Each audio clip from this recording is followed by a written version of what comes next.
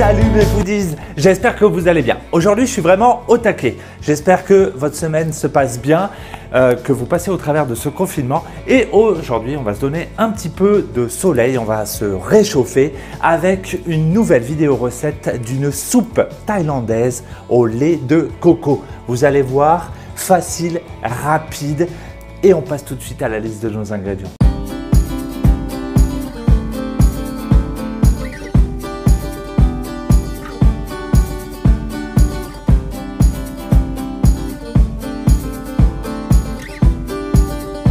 Il te faut 600 g de bouillon de légumes, 8 bok choy petits coupés en deux, 2 poivrons, la jaune et rouge coupés en morceaux, 8 épis de maïs, on a des vermicelles de riz, juste une petite plaque, on a quelques branches de persil plat, 20 g de farine, 10 g de pâte de curry vert, 10 g de gingembre frais ou haché, 2 gousses d'ail, 10 g de soja, 10 g d'huile de sésame, 50 g de pousses de bambou, 3 branches de citronnelle, 2 poitrines de poulet coupées en cubes, une belle canne de lait de coco, des fèves germées, une belle grosse cuillère à soupe de concentré de tomates. Et là, on va passer à la première étape.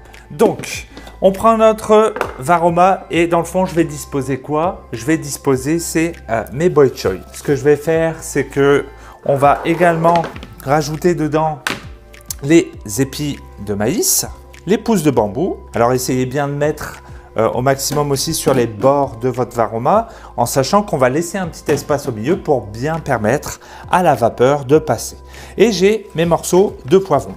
Donc là, j'ai fait un beau petit trou à l'intérieur.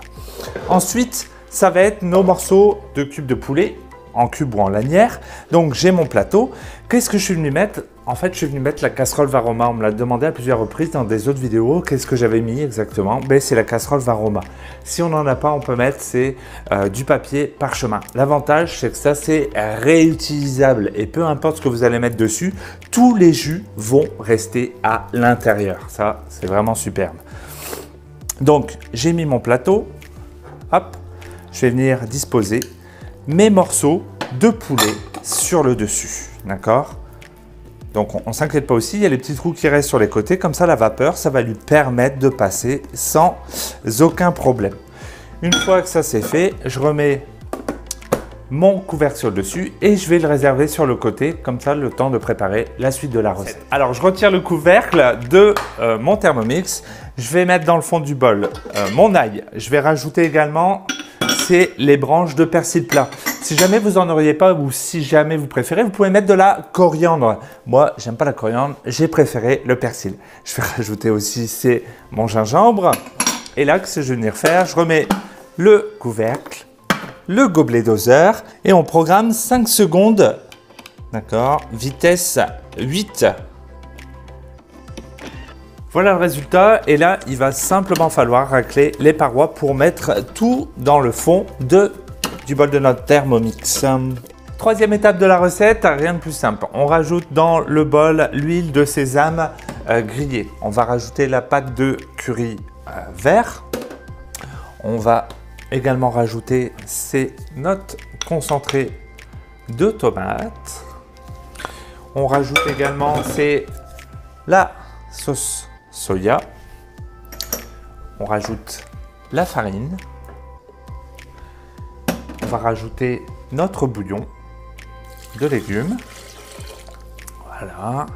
Et on va venir rajouter les bâtons de citronnelle. Les bâtons de citronnelle, avant de les mettre dans votre sauce, c'est bien, c'est de comme les craquer. Comme ça, ça va permettre de diffuser tous ces arômes au maximum. Voilà.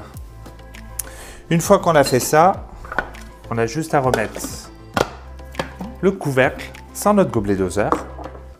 On va venir chercher la préparation qu'on avait fait sur le dessus. Et là, on va venir programmer donc 20 minutes. On va aller sur une température varoma.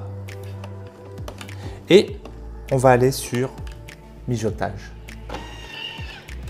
En attendant, le lait de coco, on le met sur le côté, les fèves de soya germées aussi et le vermicelle de riz parce que ça va être sur l'étape finale. Alors voilà, les 20 minutes sont écoulées. Ce qu'on fait, c'est qu'on vient juste mettre notre Varoma sur le dessus. Je retire mon couvercle. Ce qu'on va venir faire également, c'est vous allez aller à la pêche de votre citronnelle. D'accord? Qu'est-ce que je vais rajouter ensuite? Je vais rajouter toute la canne de lait de coco. D'accord? Et je vais rajouter mes vermicelles de riz. Hop, on les plonge dedans. Alors, il ne faut pas t'inquiéter. Comme ils vont cuire, ils vont fondre hop, directement dans la sauce. Qu'est-ce que je fais? Je viens simplement reposer mon couvercle. Je remets tout dessus et je vais le reprogrammer 5 minutes. Varoma, vitesse, mijotage. Voilà nos foodies, les 5 minutes se sont écoulées. Notre délicieuse soupe thaïlandaise coco pour 4 personnes est prête. Donc ici, j'ai mes morceaux de poulet. En dessous, j'ai tous mes petits légumes. Et ici, dans le bol, j'ai ma délicieuse soupe avec mes vermicelles de riz. Alors, moi, ce que je vais faire, c'est que je vais vous dresser une assiette. Puis on revient tout de suite pour vous montrer le résultat.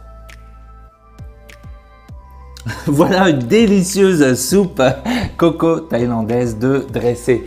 Alors, j'espère que la recette vous a plu, que ça vous a donné envie de vous réchauffer avec cette recette aussi.